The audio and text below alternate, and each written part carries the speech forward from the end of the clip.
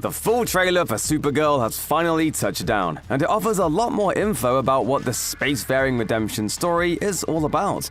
Here's what you may not have caught in all of the cosmic chaos. The new trailer immediately reminds us of Supergirl's surprise appearance near the end of 2025's Superman, showing a bit of a galaxy-spanning FaceTime call between Kara Zor-El and her cousin Kal-El. Big Blue is still pretty worried about his hard-partying cousin. I'm worried you're not going to find your people. Kara responds that Clark quite simply doesn't understand, saying, I have no people. There's more to that line of dialogue than just some young adult angst coming out. The scenes that are shown during this exchange are of Kara's Kryptonian home, Argo City. That's because Kara actually remembers her doomed homeworld, unlike Clark, who came to Earth as a baby. Argo City survived Krypton's destruction, for a while anyway, and Kara remained there until her teenage years. When it's clear Argo City can no longer sustain itself, only then does her dad finally send her to Earth. That's what happens in the comics, and it appears to be what takes place in the movie too. We catch a quick glimpse of her departure in the trailer.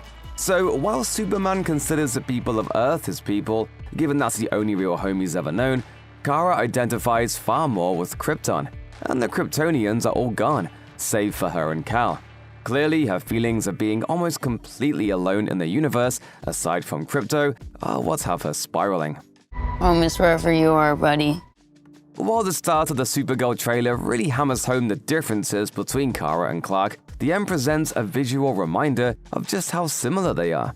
And no, it's not just that they have the same core set of powers, though Kara blasting that one guy out into space with her heat vision is pretty friggin' cool.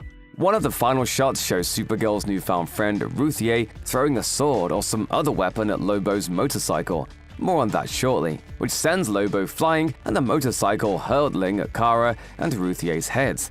Kara places herself between the bike and Ruthie's body to protect her. If that shot tickles a little something at the back of your head, it could be because you saw Superman last year. All you really had to see was the trailers though. Though the angle of the shot is different, the pose itself is nearly exactly the same as the memorable moment where Superman saves a young girl from a bunch of flying canisters while the Justice Gang fights a kaiju that's raging through Metropolis. The clear implication is that while Kara might think she's the only one out there like her, she and Kal-El share the same blood. And it basically requires them to put their bodies between danger and anyone who might get harmed by it.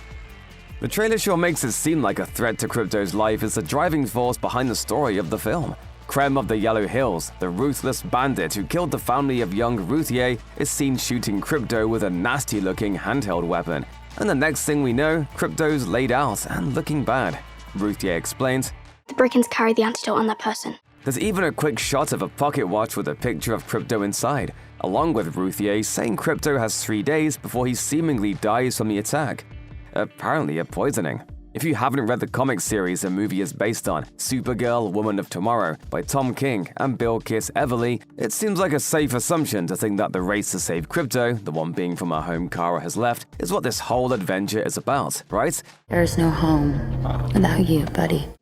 But, and this is kind of a spoiler if you haven't read the comic, so here's your warning, there's a good chance this trailer is playing us.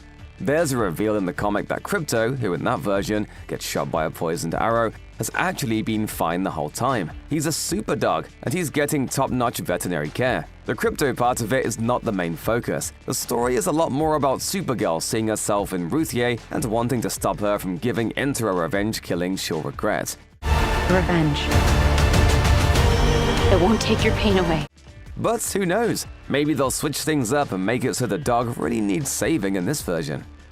A couple shots in the midst of a whole bunch of action and gross compliment from Krem. Your eyes are beautiful, you cry. Show Kara looking like she's in pretty rough shape herself. In one, the veins in her neck and around the edges of her face seem to be turning black. Classic movie illness stuff.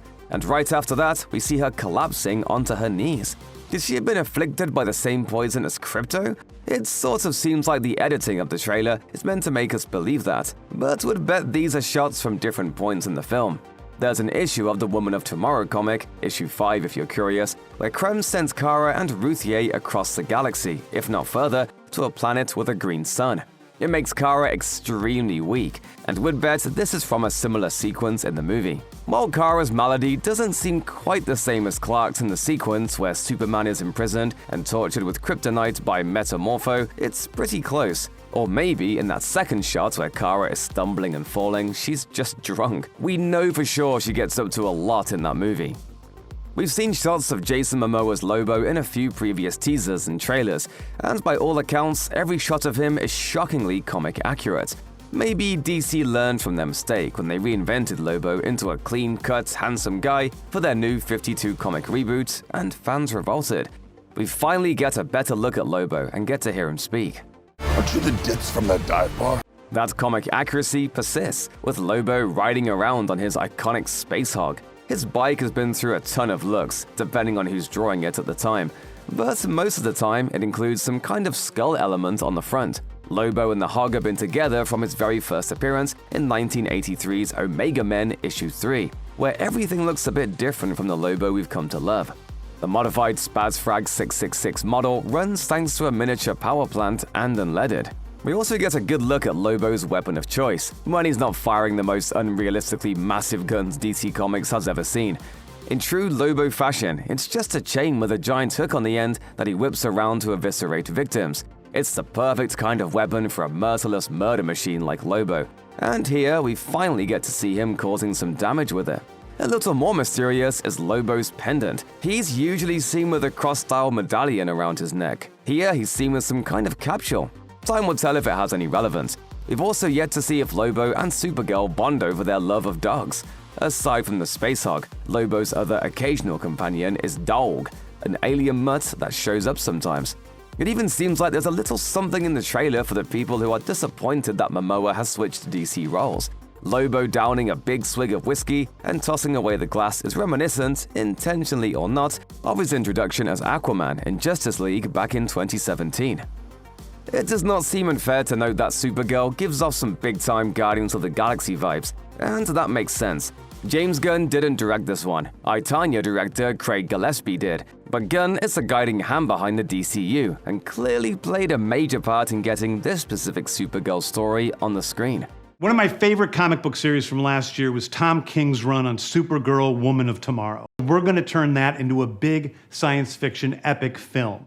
So it doesn't really seem like an accident that the Brigands have a similar aesthetic to the Ravagers from the Guardians movies, or that the sequence where Supergirl is held at gunpoint with dozens of laser sights feels a lot like a situation Star-Lord would get himself into, or that Kara has some Star-Lord-like headphones for her tunes. The Guardians of the Galaxy movies themselves are a pretty clear homage to the look and feel of the Star Wars franchise, though they mostly avoided direct reference. There's even an often shared anecdote about Marvel Studios head Kevin Feige wanting Peter Quill to have a beloved Darth Vader action figure as his reminder of Earth. The story goes that Gunn changed that memento to a Walkman, giving us the series' famous mixtapes. All that is to say, while Guardians kept its Star Wars love under the surface, there looks to be a pretty direct hat tip to Star Wars in the Supergirl trailer. There's an establishing shot of a compound covered in neon signs that's floating in a heavily clouded sky.